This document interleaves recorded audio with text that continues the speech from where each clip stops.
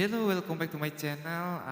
Di video kali ini gue akan bercerita tentang kisah misteri nyata hantu santriwati Herlina yang menuntut balas di salah satu pesantren Lamongan. Oke, namun sebelum gue akan bercerita, teman-teman jangan lupa klik like, comment, and share kalau menurut teman-teman video ini bermanfaat. Oke, namun jangan lupa juga untuk aktifin tombol loncengnya supaya teman-teman mendapatkan notifikasi kalau gue update video selanjutnya. Oke, langsung saja ke ceritanya. Kisah misteri nyata hantu santriwati Herlina yang menuntut balas di pesantren Lamongan. Tersebutlah santriwati yang bernama Herlina. Dia adalah salah satu santriwati di salah satu pesantren di kota Lamongan. Herlina anaknya sangat cantik dan ramah. Namun, Herlina merasa tidak pernah dihiraukan di pesantren tersebut. Suatu hari, demi mendapatkan perhatian oleh teman-temannya, Herlina mencuri batu akik yang dimiliki oleh seorang kiai yang mengajar di pesantren tersebut. Namun naasnya, saat mencuri, Herlina ketahuan atau tertangkap basah oleh santriwati lain. Kemudian Herlina akan dilaporkan ke Pak Kiai yang mempunyai batu akik tersebut.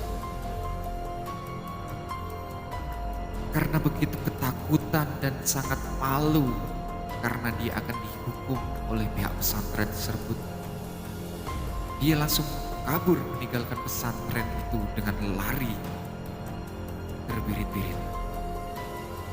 Dan namun naasnya, saat dia kabur, dia tertabrak mobil di jalan dan meninggal seketika di tempat kejadian. Pihak dari pondok pesantren tidak mengetahui kalau Herlina meninggal di jalan saat kabur dari pesantren. Namun, orang tuanya lah yang lebih mengetahui kalau Herlina meninggal dunia karena tertabrak. Sontak orang tua Herlina sangat kaget dan tidak rela kalau anaknya meninggal dengan kondisi mengenaskan. Apalagi setelah dia tahu kalau anaknya meninggal karena akan dihukum dan dituduh mencuri di pesantren tempat dia belajar. Sang orang tua Herlina pun nekat pergi ke dukun ilmu hitam yang konon bisa menghidupkan arwah yang telah meninggal.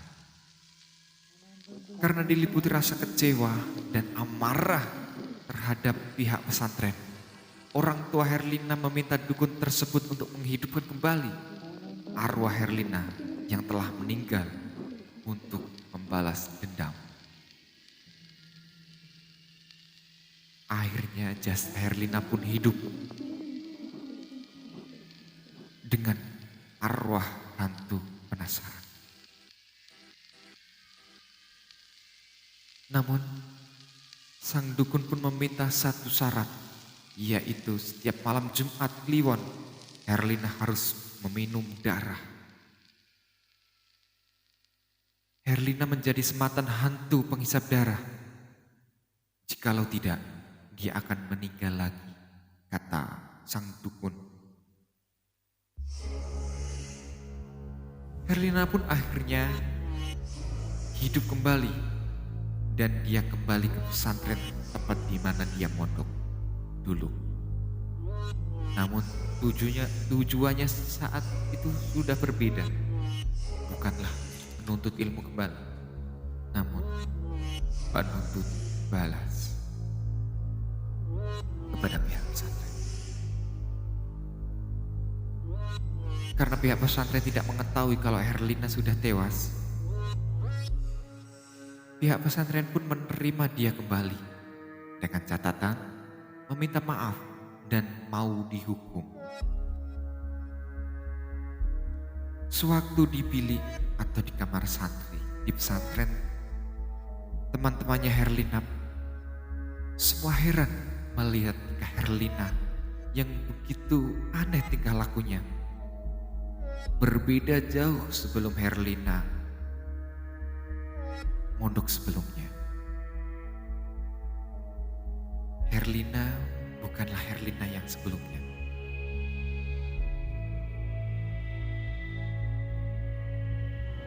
Dan wajah Herlina pun pucat pasi.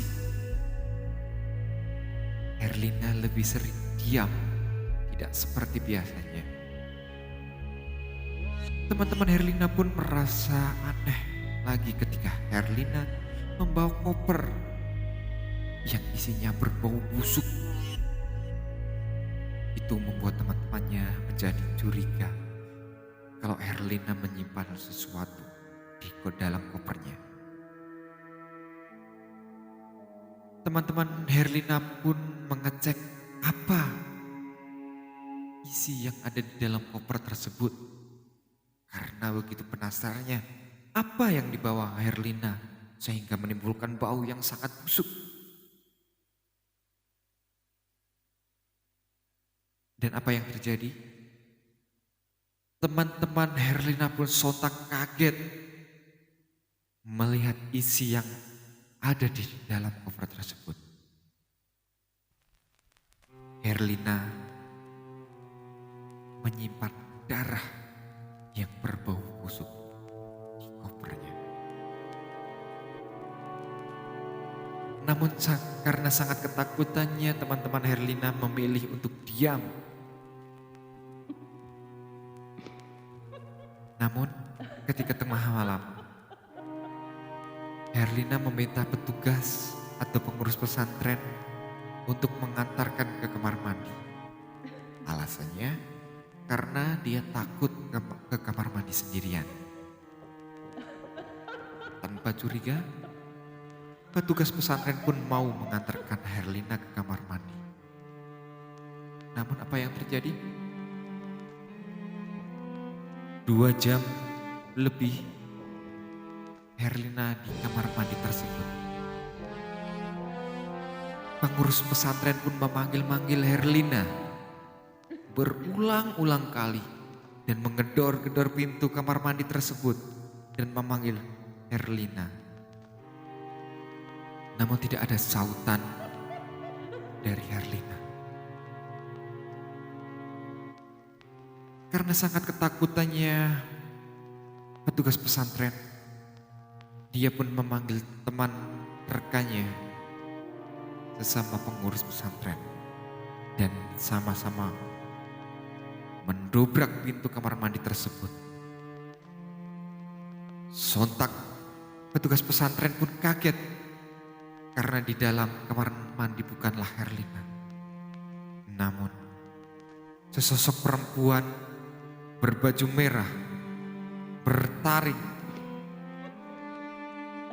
dan tertawa menyeramkan. Para petugas itu pun yang ikut mendobrak lari terbirit-birit karena saking ketakutannya dan melaporkan kejadian itu kepada Pak Kiai di pesantren tersebut. Dan Pak Kiai pun memburu hantu Herlina dan menangkapnya secara gaib. Lalu mengurungnya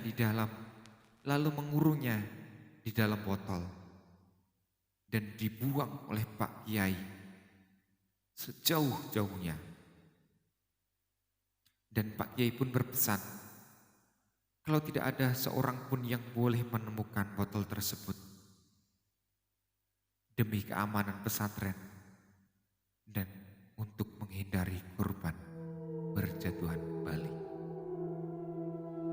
Akhirnya pihak pesantren pun ke rumah orang tua Herlina dan mendapatkan kabar kalau Herlina telah meninggal dunia karena kecelakaan.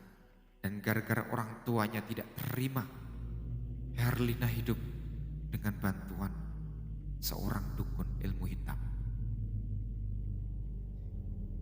Kisah ini pun nyata adanya. Bahkan menurut desas-desus hantu Herlina telah memakan banyak korban dari pihak pengurus pesantren dan santri lain yang berada di pesantren tersebut. Namun cerita ini ada beberapa versi kejadian awalnya. Tapi dari berbagai versi cerita tersebut ada kesamaan semua, yaitu tentang kematian Herlina yang tertabrak saat dia masih berstatus menjadi santriwati. Bahkan konon hantu Herlina telah memakan banyak korban yang cukup banyak. Dan kisah misteri ini cukup terkenal dan menghantui beberapa santri yang mondok di pesantren daerah Lamongan, di daerah Jombang. Oke, sekian cerita tentang kematian Herlina yang menuntut balas. Oke, mungkin teman-teman bisa like jika teman-teman suka dengan video ini. Jangan lupa like, comment, and subscribe. Dan jangan lewatkan video-video gue selanjutnya. Assalamualaikum warahmatullahi wabarakatuh. Dadah.